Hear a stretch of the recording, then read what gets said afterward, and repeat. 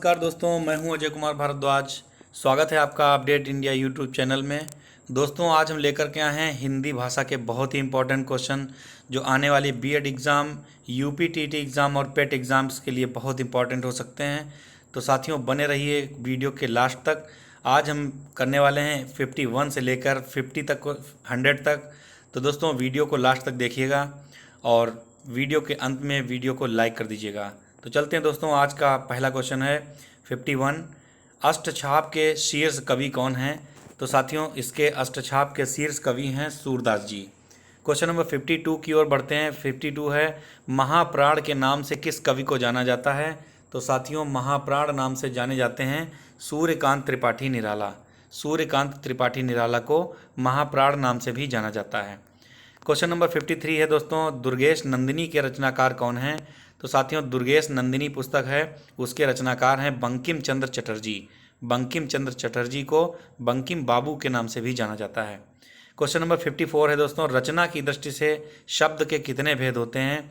तो रचना की दृष्टि से शब्द के 3 भेद होते हैं, रूढ़, यौगिक और योग रूढ़।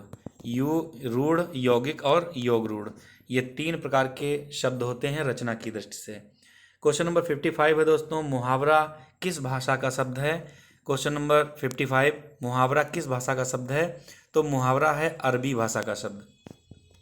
क्वेश्चन नंबर 56 है, घड़ी साज शब्द कैसा है? तो ये संकर शब्द है। संकर शब्द वे होते हैं वे शब्द जो 2 भाषाओं से मिलकर के बने होते हैं, उनको संकर शब्द कहा जाता है।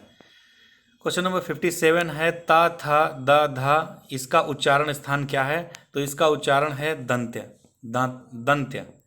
क्वेश्चन नंबर 58 है, वाक्य के भेद कितने होते हैं? तो वाक्य के भेद होते हैं 3, सामान्य वाक्य, मिश्रित वाक्य और संयुक्त वाक्य।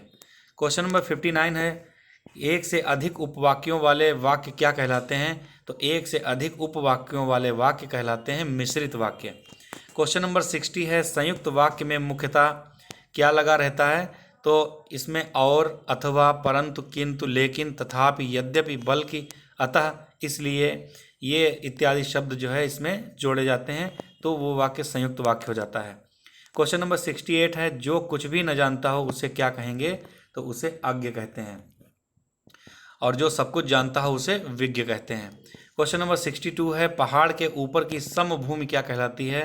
तो पहाड़ के ऊपर की भूमि जो है वो अधिपत्यका कहलाती है। क्वेश्चन नंबर 63 है, जिसको पढ़ा ना जा सके उसे क्या कहेंगे? ये वाक्यांश के लिए एक शब्द है, तो जिसको पढ़ा ना जा सके उसे कहेंगे अपठनीय, अपठनीय। क्वेश्चन नंबर 64 है, किस भाषा का रूप अनिश्चित होता है? तो अनौपचारिक भाषा जो होती है उसका रूप अनिश्चित होता है। क्वेश्चन नंबर 65 है, मूल्यांकन का प्रमुख उद्देश्य क्या है? तो मूल्यांकन का प्रमुख उद्देश्य है शिक्षण के किस उद्देश्य की पूर्ति किस सीमा तक हुई है, यही मूल्यांकन का प्रमुख उद्देश्य है। क्वेश्चन नंबर 66 है, हिंदी में दीर्घ स्वर कितने होते हैं? तो हिंदी भाषा में दीर्घ स्वरों की संख्या 7 होती है। क्वेश्चन नंबर 67 है, विवरण चिन्ह कौन सा होता है? तो साथियों, ये बना है विवरण चिन्ह, इसमें 2 बिंदी रखी होती हैं और एक सामने डैश लगा होता है, इसी को हम विवरण चिन्ह कहते हैं। क्वेश्चन नंबर 68 है, प्रत्यय कितने प्रकार का होता है? तो प्रत्यय साथियों होते हैं 2 प्रकार के, एक है कृत प्रत्यय और दूसरा है तद्धित प्रत्यय। क्वेश्चन नंबर 69 है, तद्धित प्रत्यय किससे बनता है? तो धातु, संज्ञा, सर्वनाम, विशेषण इत्यादि शब्दांश को जोड़कर तद्धित प्रत्यय बनाया जाता है। क्वेश्चन नंबर 70 है, समास का क्या अर्थ है? तो साथियों, समास का अर्थ है संक्षेप। क्वेश्चन नंबर 71 है, अनुबंधित समास किसे कहते हैं? तो अनुबंधित समास कहते हैं बहुब्रीहि समास को। क्वेश्चन नंबर 72 है, अलंकार का क्या अर्थ होता है? तो अलंकार का अर्थ होता है आभूषण। क्वेश्चन नंबर 73 है, एक शब्द कई बार आए और अर्थ अलग अलग हो, वहाँ पर कौन सा अलंकार होता है? तो साथियों, वहाँ पर यमक अलंकार होता है। क्वेश्चन नंबर 74 है, श्लेष का अर्थ क्या होता है? तो श्लेष का अर्थ होता है चिपका हुआ, श्लेष का अर्थ होता है चिपका हुआ। क्वेश्चन नंबर 75 है, एक ही शब्द के कई अर्थ निकलने पर क्या होता है? तो वहाँ पर श्लेष अलंकार होता है। तो क्वेश्चन नंबर 76 की ओर बढ़ते हैं साथियों। क्वेश्चन नंबर 76 है हमारा है, जिसकी समता यानी कि बराबरी दूसरे से की जाए उसे हम क्या कहेंगे?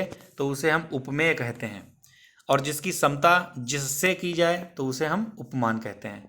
यानी कि दूसरे से अगर की जाए तो उसे उपमेय कहेंगे और जिससे की जाए उसे हम उपमान कहेंगे। क्वेश्चन नंबर 78 है साथियों, उपमा अलंकार के कितने अंग होते हैं? तो उपमा अलंकार के 4 अंग होते हैं। क्वेश्चन नंबर 79 है, हिंदी में कारक कितने प्रकार के होते हैं? तो हिंदी में कारक की संख्या 8 होती है। साथियों संस्कृत में कारक अलग प्रकार से होते हैं, तो उनके बारे में हम आपको बाद में वीडियो बना के बताएंगे।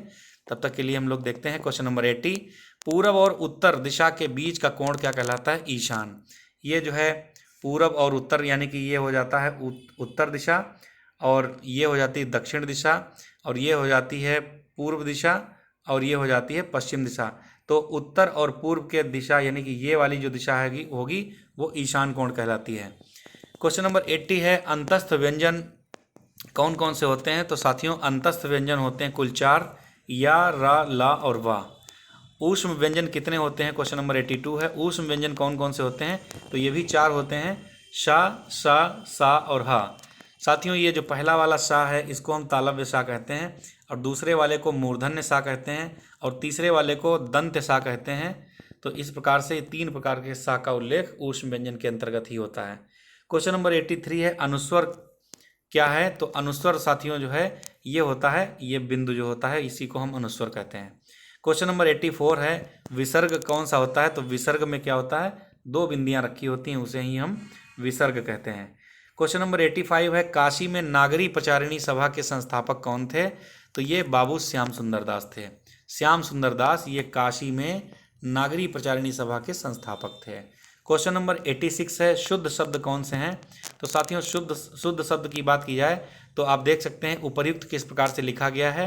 इसमें या के ऊपर रा लगाया गया है, और आशीर्वाद जो है इसमें वा के ऊपर रा लगता है। आप हमेशा याद रखिए, बहुत से लोग इसमें शा के ऊपर रा लगा देते हैं, लेकिन वो गलत हो जाता है वर्तनी की दृष्टि से। तो वा के ऊपर जब भी रा होगा तभी वो सही होगा। क्वेश्चन नंबर 87 की ओर चलते हैं। क्वेश्चन नंबर 87 है, सूर्योदय में कौन सी संधि होती है? तो साथियों सूर्योदय में सूर्य धन उदय, तो इसमें गुण संधि होती है। क्वेश्चन नंबर 88 है साथियों, नायक का संधि विच्छेद क्या होता है? तो नायक का संधि विच्छेद होता है नय धन अक, नय धन अक। क्वेश्चन नंबर 89 है, संयुक्त व्यंजन कौन से होते हैं? तो साथियों पिछले वीडियो में भी बताया था कि संयुक्त व्यंजन होते हैं 4।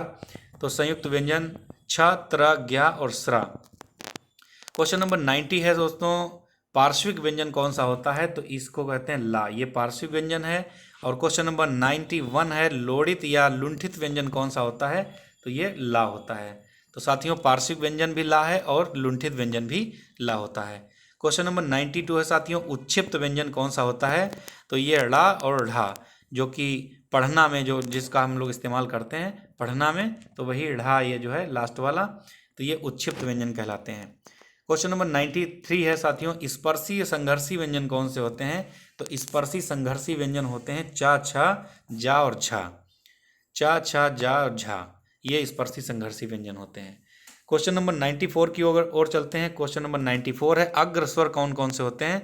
तो साथियों अग्र स्वर होते हैं छोटी ई, बड़ी ई और ए, ये अग्र स्वर होते हैं। साथियों मध्य स्वर कौन सा होता है? तो मध्य स्वर होता है आ, छोटा आ। क्वेश्चन नंबर 96 है, पश्च स्वर कौन से होते हैं? छोटा ऊ, बड़ा ऊ, ओ और बड़ा आ। इस तरीके से ये 3 प्रकार के ये अग्र, मध्य और पश्च स्वर होते हैं। क्वेश्चन नंबर 97 है साथियों, हिंदी वर्णमाला में कुल वर्णों की संख्या कितनी होती है? तो 52 होती है।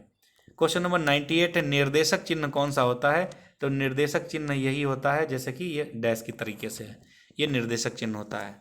क्वेश्चन नंबर 99 है, अवतरण चिन्ह या उद्धरण चिन्ह, इसको किस प्रकार से लिखते हैं? तो ये वाला जो है आप देख सकते हैं, इसको हम लोग अंग्रेजी में इन्वर्टेड कॉमा कहते हैं, इसी को ही हम अवतरण चिन्ह या उद्धरण चिन्ह कहते हैं। साथियों आज के वीडियो का अंतिम क्वेश्चन है, अल्प विराम किसे कहते हैं? तो साथियों आप देख सकते हैं जो केवल कॉमा होता है उसी को हम लोग अल्प विराम कहते हैं, जबकि पिछले वीडियो में बताया था अर्ध विराम होता है, एक कॉमा लगा होता है और ऊपर एक बिंदी रखी होती है, ये होता है अर्ध विराम। तो साथियों अगर आपको हमारा वीडियो पसंद आया तो प्लीज़ कमेंट बॉक्स में ज़रूर बताइएगा, और वीडियो को लाइक कर दीजिएगा, शेयर कीजिएगा।